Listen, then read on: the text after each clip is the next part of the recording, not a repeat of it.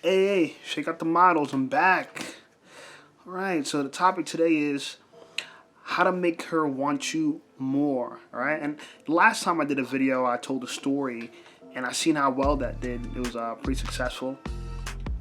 So instead of just jabbering off to you like a lot of dating coaches do, I'm just gonna tell you a story, and then from there we're gonna break it down. All right. Okay. So one of my first years in college. This is back when Facebook was popping, right? Facebook was like Instagram back then. I got a message from this really attractive girl. At the time, she was like one of the most attractive girls that I've ever talked to. So she hit me up. I could tell she was interested in me. And so we're talking. And we decided to go on a date. Okay, cool. So I'm hoping it's not going to be catfish or anything, but she looks good in the pictures. But like I said, it was interesting because she hit me up first, and you could tell she was really interested in me. So interested in me that she drove literally on our first date. She drove literally an hour to see me. She drove an hour just to see me. All right. Now I didn't want to make sure I wanted to make sure she wasn't catfishing, so I didn't give her my exact address. I gave her like the address to the house behind my house, and I met her there.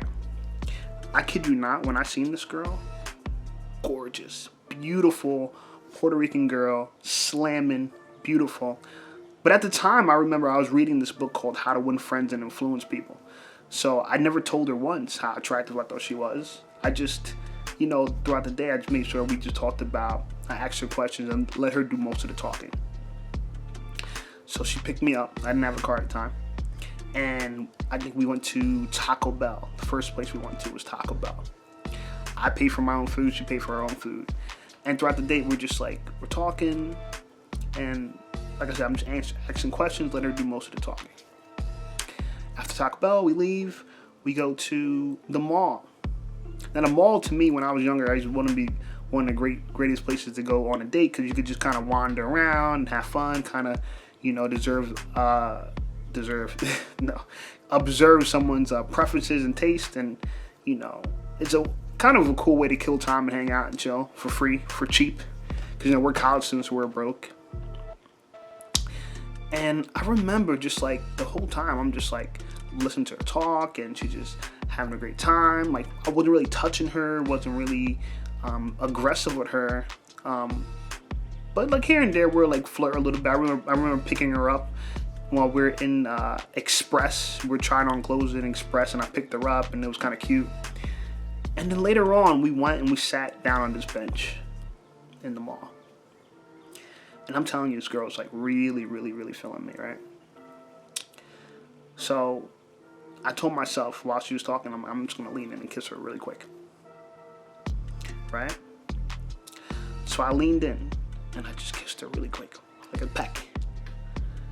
And you could tell after I did that, she was so like, oh my God. She was just shocked. She didn't believe that, like, I guess you could say I was that confident to do it. Then she leans over, kisses me back. In my mind, I'm like, all right, this is the score. I was just satisfied with that. So I continued talking. Then she comes over and she whispers in my ear, hey, you want to get out of here, go back to my car, and keep making out? And me, I was just like, sure, cool. So we go back to her car, we're making out. But like I said, same thing I did with the first kiss, I pulled back, right? I made out a little bit, pulled back, right?